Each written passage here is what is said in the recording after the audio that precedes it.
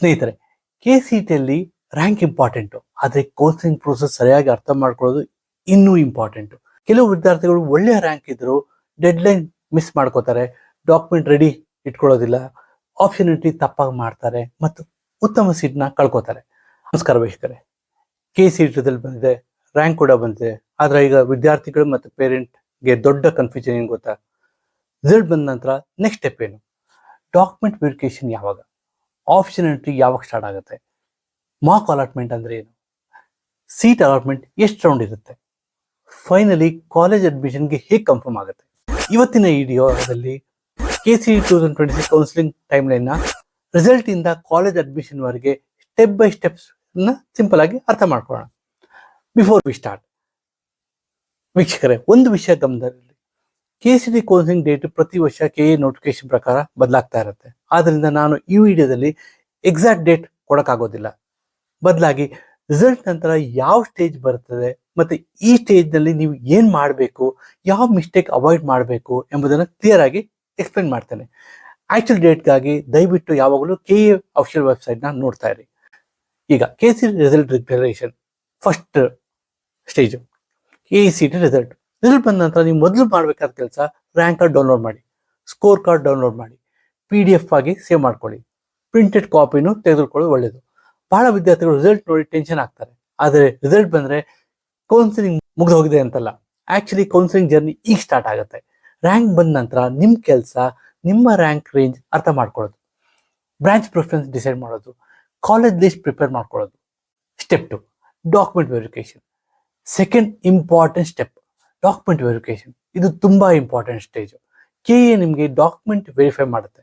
ಸಾಮಾನ್ಯವಾಗಿ ಬೇಕಾಗುವ documents SSLC marks card, PUC marks card, KCET admit card, KCET rank card, study certificate, caste certificate apply ಆದ್ರೆ, income certificate same, rural certificate ಇದು ಅಷ್ಟೇ, Kannada medium certificate ಇದೆಲ್ಲ ನಿಮ್ಗೆ apply ಆದ್ರೆ ಜೊತೆಗೆ ಆಧಾರ್ ಕಾರ್ಡು ಇಟ್ಕೋಬೇಕು. ವೀಕ್ಷಕರೇ, ಡಾಕ್ಯುಮೆಂಟ್ ಲಾಸ್ಟ್ ಮಿನಿಟ್ ಹುಡ್ಕೋಕ್ ಹೋಗ್ಬೇಡಿ. ರಿಸಲ್ಟ್ ಬಂದ ತಕ್ಷಣ ಒಂದು ಫೈಲ್ ಮಾಡ್ಕೊಳ್ಳಿ. ಒರಿಜಿನಲ್ ಡಾಕ್ಯುಮೆಂಟ್ ಒಂದ್ ಕಡೆ ಇಡಿ, ಜೆರಾಕ್ಸ್ ಕಾಪೀಸ್ ಒಂದ್ ಕಡೆ ಇಟ್ಕೊಳ್ಳಿ, ಸಾಫ್ಟ್ ಕಾಪಿ ಮೊಬೈಲ್ ಮತ್ತು ಗೂಗಲ್ ಡ್ರೈವ್ ನಲ್ಲೂ ಸೇವ್ ಮಾಡ್ಕೊಳ್ಳಿ. ವೆರಿಫಿಕೇಶನ್ ಮುಗಿದ ನಂತರ ನಿಮಗೆ ವೆರಿಫಿಕೇಶನ್ ಸ್ಲಿಪ್ ಸಿಗುತ್ತೆ. ಈ ವೆರಿಫಿಕೇಶನ್ ಸ್ಲಿಪ್ ಬಹಳ ಇಂಪಾರ್ಟೆಂಟ್. ಇದಿಲ್ಲದೆ ನೀವು ಮುಂದಿನ ಕೌನ್ಸಿಲಿಂಗ್ ಸ್ಟೇಜ್ಗೆ ಹೋಗಕ್ ಸಾಧ್ಯ ಆಗಲ್ಲ. Step 3, option entry login. Document verification ಮುಗಿದ ನಂತರ KA option entry portal open ಆಗುತ್ತೆ. ಈ ಸ್ಟೇಜ್ ನಲ್ಲಿ ನೀವು ಲಾಗಿನ್ ಮಾಡ್ಕೋಬೇಕು. ಲಾಗಿನ್ಗೆ ಸಾಮಾನ್ಯವಾಗಿ ಬೇಕಾಗೋದು application number, CET number, password, secret key. ವೀಕ್ಷಕರೇ, ಲಾಗಿನ್ ಡೀಟೇಲ್ ಯಾರ ಹತ್ರನೂ ಶೇರ್ ಮಾಡ್ಕೊಳಕ್ ಹೋಗ್ಬೇಡಿ.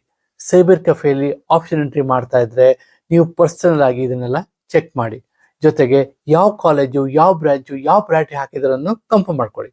Step 4, option entry period. ಇದು KCET ಕೌನ್ಸಿಲಿಂಗ್ ನ ಹಾರ್ಟ್. ಇಲ್ಲಿ ನೀವು ಡಿಸೈಡ್ ಮಾಡೋದು ಯಾವ ಕಾಲೇಜು, ಯಾವ ಬ್ರಾಂಚು, ಯಾವ ಪ್ರಿಯಾರಿಟಿ ಆರ್ಡರು.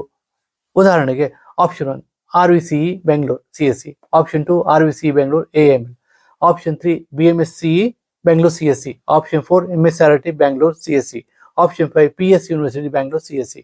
ನೀವು ಹೀಗೆ ಆಪ್ಷನ್ ಹಾಕಬೇಕು. ಇಲ್ಲಿ ಒಂದು ದೊಡ್ಡ ಮಿಸ್ಟೇಕ್ ಮಾಡಬೇಡಿ. ಕೇವಲ ಡ್ರೀಮ್ ಕಾಲೇಜ್ ಮಾತ್ರ ಹಾಕಕ್ ಹೋಗ್ಬೇಡಿ, ಕೇವಲ ಸೇಫ್ ಕಾಲೇಜ್ ಮಾತ್ರ ಹಾಕ್ಬೇಡಿ. ಸರಿಯಾದ formula 20% dream, 60% target college, 20% safe college. Dream ಅಂದ್ರೆ ಸೀಟ್ ಗ್ಯಾರಂಟಿ ಅಲ್ಲ, ನಿಮ್ಮ ರ್ಯಾಂಕ್ ಗಿಂತ ಸ್ವಲ್ಪ ಬೆಟರ್ ರ್ಯಾಂಕ್ ಸ್ಟೂಡೆಂಟ್ಗೆ ಲಾಸ್ಟ್ ಇಯರ್ ಸೀಟ್ ಸಿಕ್ಕಿರೋ ಕಾಲೇಜಸ್. ಟಾರ್ಗೆಟ್ ಅಂದ್ರೆ ನಿಮ್ಮ ರ್ಯಾಂಕ್ ಹತ್ತಿರೋ ಕಾಲೇಜು, ಸೇಫ್ ಅಂದ್ರೆ ನಿಮ್ಮ ರ್ಯಾಂಕ್ ಗಿಂತ ಹೈಯರ್ ಕಟ್ ಆಫ್ ಇರೋ college. Step 5, option entry priority. ತುಂಬಾ ಇಂಪಾರ್ಟೆಂಟ್ ವೀಕ್ಷಕರೇ. KCET ಆಪ್ಷನ್ ಎಂಟ್ರಿಯಲ್ಲಿ ಪ್ರಯಾರಿಟಿ ಆರ್ಡರ್ ತುಂಬಾ ಇಂಪಾರ್ಟೆಂಟ್. KA ಸಿಸ್ಟಮ್ ಆಪ್ಷನ್ 1 ಇಂದ ಚೆಕ್ ಮಾಡುತ್ತೆ. ಆಪ್ಷನ್ 1 ಸಿಗದೆ ಇದ್ರೆ ಆಪ್ಷನ್ 2 ಚೆಕ್ ಮಾಡುತ್ತೆ. ಆಪ್ಷನ್ 2 ಸಿಗದೆ ಇದ್ರೆ ಆಪ್ಷನ್ 3 ಚೆಕ್ ಮಾಡುತ್ತೆ.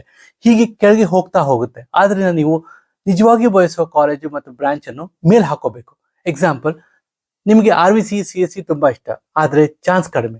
ಸ್ಟಿಲ್ ಅದನ್ನು ಟಾಪ್ ನಲ್ಲಿ ಹಾಕಿ, ರಿಸ್ಕ್ ಇಲ್ಲ. ಸೀಟ್ ಸಿಗದೆ ಇದ್ರೆ system automatic next option check ಮಾಡುತ್ತೆ. ಆದ್ರಿಂದ ಡ್ರೀಮ್ ಆಪ್ಷನ್ ಮೇಲೆ target option middle, safe option ಕೊನೆಯಲ್ಲಿರಲಿ. Step 6, mock allotment. Option entry ಮುಗಿದ ನಂತರ KA ಮಾಕ್ ಅಲಾಟ್ಮೆಂಟ್ ಅನೌನ್ಸ್ ಮಾಡುತ್ತೆ. ಮಾಕ್ ಅಲಾಟ್ಮೆಂಟ್ ಅಂದ್ರೆ ಟ್ರಯಲ್ ರಿಸಲ್ಟ್, ಇದು ಫೈನಲ್ ಸೀಟ್ ಅಲ್ಲ. KA ನಿಮಗೆ ಒಂದು ಐಡಿಯಾ ಕೊಡುತ್ತೆ. ನಿಮ್ಮ ಕರೆಂಟ್ ಆಪ್ಷನ್ ಲಿಸ್ಟ್ ಪ್ರಕಾರ ಯಾವ ಕಾಲೇಜ್ ಸಿಗ್ಬೋದು, ಯಾವ ಬ್ರಾಂಚ್ ಸಿಗ್ಬೋದು, ಯಾವ ರ್ಯಾಂಕ್ ಮೂವ್ಮೆಂಟ್ ಆಗ್ಬೋದು. ಮಾಕ್ ಅಲಾಟ್ಮೆಂಟ್ ನೋಡಿದ್ಮೇಲೆ ನೀವು ಪ್ಯಾನಿಕ್ ಆಗಬೇಡಿ. ಇದು ಪ್ರಾಕ್ಟೀಸ್ ರಿಸಲ್ಟ್ ಅಷ್ಟೇ, ಫೈನಲ್ ರಿಸಲ್ಟ್ ಅಲ್ಲ. ಆದರೆ ಸ್ಟ್ರಾಟಜಿ ಚೇಂಜ್ ಮಾಡ್ಕೋಬಹುದು. Step 7 option modification. Mach allotment ನಂತರ ಸಾಮಾನ್ಯವಾಗಿ ಕೆಎ ಆಪ್ಷನ್ ಚೇಂಜ್ ಮಾಡೋ ಅವಕಾಶ ಕೊಡುತ್ತೆ. ಈ ಸ್ಟೇಜ್ ತುಂಬಾ ವ್ಯಾಲ್ಯೂಬಲ್. ನೀವು ಮಾಡಬೇಕಾದ ಚೇಂಜಸ್, ನ್ಯೂ ಆಪ್ಷನ್ ಆಡ್ ಮಾಡ್ಬೋದು, ಅನ್ವಾಂಟೆಡ್ ಆಪ್ಷನ್ ಡಿಲೀಟ್ ಮಾಡ್ಬೋದು, ಪ್ರಯಾರಿಟಿ ಆರ್ಡರ್ ಚೇಂಜ್ ಮಾಡ್ಬೋದು, dream, target, safe, balance improve ಮಾಡ್ಬೋದು. ಎಕ್ಸಾಂಪಲ್, ಮಾರ್ಕ್ನಲ್ಲಿ ನಿಮಗೆ ಸೇಫ್ ಕಾಲೇಜ್ ಬಂದ್ರೆ ನೀವು ಟಾರ್ಗೆಟ್ ಆಪ್ಷನ್ ಇನ್ನೂ ಆಡ್ ಮಾಡ್ಬೋದು. ಮಾರ್ಕ್ನಲ್ಲಿ ತುಂಬಾ ರಿಸ್ಕಿ ರಿಸಲ್ಟ್ ಬಂದ್ರೆ ಸೇಫ್ ಆಪ್ಷನ್ ಇನ್ಕ್ರೀಸ್ ಮಾಡ್ಬೋದು. ಈ ಸ್ಟೇಜ್ ಇಗ್ನೋರ್ ಮಾಡಬೇಡಿ. ಬಹಳ ಸ್ಟೂಡೆಂಟ್ ಇಲ್ಲೇ ತಮ್ಮ ಫೈನಲ್ ರಿಸಲ್ಟ್ ಇಂಪ್ರೂವ್ ಮಾಡ್ತಾರೆ. Step 8 round 1 seat allotment. ಈಗ ಬರ್ತದೆ first real seat allotment. Round 1 ಅಲ್ಲಿ ಕೆಎ ಸಿಸ್ಟಮ್ ಚೆಕ್ ಮಾಡುತ್ತೆ. ನಿಮ್ಮ ರ್ಯಾಂಕು, ನಿಮ್ಮ ಕ್ಯಾಟಗರಿ, ನಿಮ್ಮ ರಿಸರ್ವೇಶನ್, ನಿಮ್ಮ ಆಪ್ಷನ್ ಪ್ರಯಾರಿಟಿ, ಸೀಟ್ ಅವೈಲಬಿಲಿಟಿ ಇದೆಲ್ಲ ನೋಡಿ ಸೀಟ್ ಅಲಾಟ್ ಮಾಡುತ್ತೆ. ಸೀಟ್ ಬಂದ ತಕ್ಷಣ ಎಕ್ಸೈಟ್ ನಲ್ಲಿ ಡಿಸಿಷನ್ ತಗೋಬೇಡಿ. ಕೇರ್ಫುಲ್ ಆಗಿ ಅನಲೈಸ್ ಮಾಡಿ, ಕಾಲೇಜ್ ಯಾವುದು, ಬ್ರಾಂಚ್ ಯಾವುದು, ಫೀ ಎಷ್ಟು, ನೆಕ್ಸ್ಟ್ ಸ್ಟೆಪ್ ಏನು, ಡೆಡ್ ಲೈನ್ ಯಾವುದು. ಸ್ಟೆಪ್ 9 ರೌಂಡ್ 1 ನಂತರ ಆಪ್ಷನ್ಸ್. ಸೀಟ್ ಅಲಾಟ್ ಆದ್ಮೇಲೆ ಸ್ಟೂಡೆಂಟ್ಗೆ ಸಾಮಾನ್ಯವಾಗಿ ಕೆಲವು ಚಾಯ್ಸ್ ಇರುತ್ತೆ. ಈ ರೂಲ್ಸ್ ಪ್ರತಿ ವರ್ಷಕ್ಕೆ ಈ ನೋಟಿಫಿಕೇಶನ್ ಪ್ರಕಾರ ಚೇಂಜ್ ಆಗ್ತಾ ಇರುತ್ತೆ. ಆದ್ರೆ ಬ್ರಾಡ್ ಐಡಿಯಾ ಅರ್ಥ ಮಾಡ್ಕೊಳ್ಳಿ. ನಿಮ್ಗೆ ಸೀಟ್ ಇಷ್ಟವಾದ್ರೆ ಅಕ್ಸೆಪ್ಟ್ ಮಾಡಿ. ಅಡ್ಮಿಷನ್ ಪ್ರೊಸೆಸ್ನು ಮುಂದುವರಿಸಬಹುದು. ಸೀಟ್ ಓಕೆ ಇದೆ ಆದ್ರೆ ಬೆಟರ್ ಕಾಲೇಜ್ ಟ್ರೈ ಮಾಡಬೇಕು ಅಂದ್ರೆ ಅಪ್ಗ್ರೇಡ್ ಆಪ್ಷನ್ ಇರುತ್ತೆ. ಸೀಟ್ ಇಷ್ಟ ಅಲ್ಲ ಮತ್ತೆ ಕೌನ್ಸಿಲಿಂಗ್ ಮುಂದುವರಿಸಬೇಕು ಅಂದ್ರೆ ಕೆ ರೂಲ್ಸ್ ಪ್ರಕಾರ ಮುಂದಿನ ರೌಂಡ್ಗೆ ಹೋಗ್ಬೋದು. ಇಲ್ಲಿ ದೊಡ್ಡ ಮಿಸ್ಟೇಕ್ ಏನ್ ಗೊತ್ತಾ, ರೂಲ್ಸ್ ಓದದೆ ರ್ಯಾಂಡಮ್ ಚಾಯ್ಸ್ ಸೆಲೆಕ್ಟ್ ಮಾಡೋದು. ಒಮ್ಮೆ ತಪ್ಪು ಚಾಯ್ಸ್ ಸೆಲೆಕ್ಟ್ ಮಾಡಿದ್ರೆ ಮುಂದಿನ ಆಪ್ಷನ್ ಎಫೆಕ್ಟ್ ಆಗುತ್ತೆ. ಆದ್ರಿಂದ ರೌಂಡ್ 1 ನಂತರ ಡಿಸಿಷನ್ ತುಂಬಾ ಕೇರ್ಫುಲ್ ಆಗಿ ತಗೊಳ್ಳಿ. Step 10 round 2 allotment. ರೌಂಡ್ 1 ನಂತರ ರಿಮೈನಿಂಗ್ ಸೀಟ್ಸ್, ವೇಕೆಂಟ್ ಸೀಟ್, ಸರ್ನೆಟ್ ಸೀಟ್ ಮತ್ತು ಅಪ್ಗ್ರೇಡೆಡ್ ಸೀಟ್ಸ್ ಆಧರಿಸಿ ರೌಂಡ್ 2 ನಡೆಯುತ್ತೆ. ರೌಂಡ್ 2 ನಲ್ಲಿ ಕೆಲವರಿಗೆ ಬೆಟರ್ ಕಾಲೇಜ್ ಸಿಗ್ಬೋದು, ಕೆಲವರಿಗೆ ಬೆಟರ್ ಬ್ರಾಂಚ್ ಸಿಗ್ಬೋದು, ಕೆಲವರಿಗೆ ಹೈಯರ್ ಪ್ರಿಫರೆನ್ಸ್ ಆಪ್ಷನ್ ಸಿಗ್ಬೋದು. ಆದ್ರೆ ಒಂದು ವಿಷಯ ನೆನ್ಪಿಟ್ಕೊಳ್ಳಿ, ರೌಂಡ್ 2 ಮಿರಾಕಲ್ ಅಲ್ಲ, ಸ್ಟ್ರಾಟಜಿ ಬೇಕು. ನಿಮ್ಮ ಆಪ್ಷನ್ ಲಿಸ್ಟ್ ಸ್ಟ್ರಾಂಗ್ ಇದ್ರೆ ಮಾತ್ರ ಅಪ್ಗ್ರೇಡ್ ಚಾನ್ಸ್ ಒಳ್ಳೇದಿರುತ್ತೆ. Step 11 extended round, final round. Round 2 ನಂತರ ಸೀಟ್ ಉಳಿದಿದ್ರೆ ಕೆಎ ಎಕ್ಸ್ಟೆಂಡೆಡ್ ರೌಂಡ್ ಅಥವಾ ಫೈನಲ್ ರೌಂಡ್ ನಡೆಸುತ್ತೆ. ಈ ರೌಂಡ್ ನಲ್ಲಿ ರಿಮೈನಿಂಗ್ ಸೀಟ್ ಫಿಲ್ ಮಾಡಲಾಗುತ್ತೆ. ಹೈ ರ್ಯಾಂಕ್ ಸ್ಟೂಡೆಂಟ್ ಕೂಡ ಇಲ್ಲಿ ಆಪರ್ಚುನಿಟಿ ಪಡಿಬಹುದು. ಎಸ್ಪೆಷಲಿ ಅವರು ಬ್ರಾಂಚ್ ಫ್ಲೆಕ್ಸಿಬಿಲಿಟಿ ಇಟ್ಕೊಂಡಿದ್ರೆ. ಓನ್ಲಿ CSE ಮೆಂಟಾಲಿಟಿ ಇದ್ರೆ ಚಾನ್ಸಸ್ ಕಮ್ಮಿ. ಆದ್ರೆ ECE, EEE, mechanical, civil, biotechnology ಮುಂತಾದ ಬ್ರಾಂಚಸ್ ಕನ್ಸಿಡರ್ ಮಾಡಿದ್ರೆ ಆಪರ್ಚುನಿಟಿ ಹೆಚ್ಚಾಗಬಹುದು. Step 12 fee payment. Seat accept ಮಾಡಿದ್ಮೇಲೆ ಫೀ ಪೇಮೆಂಟ್ ಸ್ಟೇಜ್ ಬರುತ್ತೆ. ಫೀ ಪೇಮೆಂಟ್ ಮಾಡೋ ಮೊದಲು ನೀವು ಚೆಕ್ ಮಾಡಬೇಕಾಗೋದು college name, branch name, category, fee amount, payment deadline, payment receipt. ಪೇಮೆಂಟ್ ಮಾಡಿದ ನಂತರ ರಿಸಿಪ್ಟ್ ಸೇವ್ ಮಾಡ್ಕೊಳ್ಳಿ. PDF ಕಾಪಿ ಮಾಡಿ ಇಟ್ಕೊಳ್ಳಿ. ಪ್ರಿಂಟೆಡ್ ಕಾಪಿ ಕೂಡ ಇಟ್ಕೊಂಡ್ರೆ ಒಳ್ಳೇದು. Step 13 admission order. Fee payment ನಂತರ ಅಡ್ಮಿಷನ್ ಆರ್ಡರ್ ಡೌನ್ಲೋಡ್ ಮಾಡ್ಕೋಬೇಕು. ಅಡ್ಮಿಷನ್ ಆರ್ಡರ್ ಆದ್ಮೇಲೆ ಕಾಲೇಜ್ ರಿಪೋರ್ಟಿಂಗ್ ಬೇಕಾದ ಇಂಪಾರ್ಟೆಂಟ್ ಡಾಕ್ಯುಮೆಂಟ್. ಇದು ಮೊಬೈಲ್ ನಲ್ಲಿ ಮಾತ್ರ ಇಟ್ಕೊಳಕ್ ಹೋಗ್ಬಿಡಿ, ಪ್ರಿಂಟ್ಔಟ್ ತಗೊಳ್ಳಿ. ಸಾಫ್ಟ್ ಕಾಪಿ ಸೇಫ್ ಆಗಿ ಸೇವ್ ಮಾಡಿ. Step 14 college reporting, final stage. College reporting. ನೀವು ಅಲಾಟ್ ಆದ ಕಾಲೇಜ್ಗೆ ಹೋಗಿ ಅಡ್ಮಿಷನ್ ಕಂಪ್ಲೀಟ್ ಮಾಡಬೇಕು. ಇದಕ್ಕೆ ಬೇಕಾದ document admission order, fee receipt, verification slip, original documents, xerox copies, passport size photos, ID proof. ಕಾಲೇಜ್ಗೆ ರಿಪೋರ್ಟ್ ಮಾಡಿದ ನಂತರ ಅಡ್ಮಿಷನ್ ಪ್ರೋಸೆಸ್ ಕಂಪ್ಲೀಟ್ ಆಗುತ್ತೆ. ಆದರೆ ರಿಪೋರ್ಟಿಂಗ್ ಡೆಡ್ ಲೈನ್ ಮಿಸ್ ಮಾಡಿದ್ರೆ ಸೀಟ್ ಕ್ಯಾನ್ಸಲ್ ಆಗೋ ರಿಸ್ಕ್ ಇರುತ್ತೆ. ಆದ್ರಿಂದ ಡೆಡ್ ಲೈನ್ ತುಂಬಾ ಸೀರಿಯಸ್ ಆಗಿ ತಗೊಳ್ಳಿ. ಬಿಗ್ಗೆಸ್ಟ್ ಟೈಮ್ ಲೈನ್ ಮಿಸ್ಟೇಕ್ಸ್ ವೀಕ್ಷಕರೇ, KCET ಕೌನ್ಸಿಲಿಂಗ್ ಅಲ್ಲಿ ಸ್ಟೂಡೆಂಟ್ ಮಾಡೋ ದೊಡ್ಡ ಮಿಸ್ಟೇಕ್ ಯಾವ್ದಂದ್ರೆ ರಿಸಲ್ಟ್ ಡೌನ್ಲೋಡ್ ಮಾಡದೇ ಇರೋದು, ಡಾಕ್ಯುಮೆಂಟ್ ರೆಡಿ ಮಾಡ್ಕೊಳ್ದೇ ಇರೋದು, ವೆರಿಫಿಕೇಶನ್ ಡೇಟ್ ಮಿಸ್ ಮಾಡೋದು, ಆಪ್ಷನ್ ಎಂಟ್ರಿ ಲಾಸ್ಟ್ ಡೇಟ್ ಬಿಡೋದು, ಕಮ್ಮಿ ಆಪ್ಷನ್ ಹಾಕೋದು, ಓನ್ಲಿ CSE ಆಪ್ಷನ್ ಅಂತ ಅಪ್ಲೈ ಮಾಡೋದು, ಮಾಕ್ ಅಲಾಟ್ಮೆಂಟ್ ಇಗ್ನೋರ್ ಮಾಡೋದು, ಆಪ್ಷನ್ ಮಾಡಿಫಿಕೇಶನ್ ಮಾಡದೇ ಇರೋದು, ರೌಂಡ್ ರೂಲ್ಸ್ ಓದದೇ ಇದ್ರೆ ಚಾಯ್ಸ್ ಸೆಲೆಕ್ಟ್ ಮಾಡೋದು, fee payment dead line miss ಮಾಡೋದು, ಕಾಲೇಜ್ ರಿಪೋರ್ಟಿಂಗ್ ಲೇಟ್ ಮಾಡೋದು. ಈ ಮಿಸ್ಟೇಕ್ ಅವಾಯ್ಡ್ ಮಾಡಿದ್ರೆ ನಿಮ್ಮ ರ್ಯಾಂಕ್ಗೆ ಸಾಧ್ಯವಾದ ಬೆಸ್ಟ್ ಸೀಟ್ ಪಡೆಯೋ ಚಾನ್ಸಸ್ ಹೆಚ್ಚಾಗಿರುತ್ತೆ. Complete KCET counselling flow. ಒಮ್ಮೆ ಕಂಪ್ಲೀಟ್ ಫ್ಲೋ ನೋಡೋಣ. Step 1 KCET result. Step 2 rank card download. Step 3 document verification. Step 4 verification slip. Step 5 option entry login.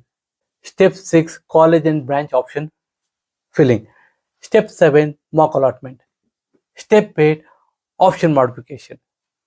Step 9 round 1 seat allotment. Step 10 choice selection. Step 11 round 2 allotment. Step 12 extended round if applicable. Step 13 fee payment. Step 14 admission order. Step 15, college reporting. Step 16, admission confirmation. My final advice ಸ್ನೇಹಿತರೆ, KCET counselling ಒಂದು marathon, sprint ಅಲ್ಲ. Panic ಆಗಬೇಡಿ. ಪ್ರತಿ ಸ್ಟೇಜ್ನ ಅರ್ಥ ಮಾಡಿಕೊಂಡು move ಮಾಡಿ. KA notification regularly check ಮಾಡ್ತಾ ಇರಿ. ಡಾಕ್ಯುಮೆಂಟ್ ರೆಡಿ ಇಟ್ಕೊಳ್ಳಿ. ಡೆಡ್ಲೈನ್ ಮಿಸ್ ಆಗದಂತೆ ನೋಡ್ಕೊಳ್ಳಿ. ಆಪ್ಷನ್ ಎಂಟ್ರಿ ಸ್ಮಾರ್ಟ್ ಆಗಿ ಮಾಡಿ. ಡ್ರೀಮ್ ಮತ್ತು ಟಾರ್ಗೆಟ್ ಸೇಫ್ ಬ್ಯಾಲೆನ್ಸ್ ಮೇಂಟೈನ್ ಮಾಡಿ. ಆಗ ನಿಮ್ಮ ರ್ಯಾಂಕ್ಗೆ ಸಾಧ್ಯವಾದ ಅತ್ಯುತ್ತಮ ಕಾಲೇಜ್ ಪಡಿಬೋದು. ಕಮೆಂಟಲ್ಲಿ ತಿಳಿಸಿ ನಿಮ್ಮ KCET ರ್ಯಾಂಕ್ ಎಷ್ಟು, ಆಪ್ಷನ್ ಎಂಟ್ರಿಗೆ ರೆಡಿ ಆಗಿದ್ದೀರಾ, ನಿಮ್ಮ ಡ್ರೀಮ್ ಕಾಲೇಜ್ ಯಾವುದು, ನಿಮ್ಮ ಪ್ರಿಫರ್ಡ್ ಬ್ರಾಂಚ್ ಯಾವುದು. ಮುಂದಿನ ವಿಡಿಯೋದಲ್ಲಿ KCET 2026 ಕೌನ್ಸಿಲಿಂಗ್ ಸೀಕ್ರೆಟ್ನ how top ranker option fill ಮಾಡ್ತಾರೆ ಅಂತ ವಿವರವಾಗಿ ತಿಳಿಸ್ತೇನೆ. ಸಬ್ಸ್ಕ್ರೈಬ್ ಮಾಡಿ, ಅರಿವು ಚಾನಲ್ನ ಲೈಕ್ ಮಾಡೋದು ಮರಿಬೇಡಿ. ಧನ್ಯವಾದಗಳು. All the very best.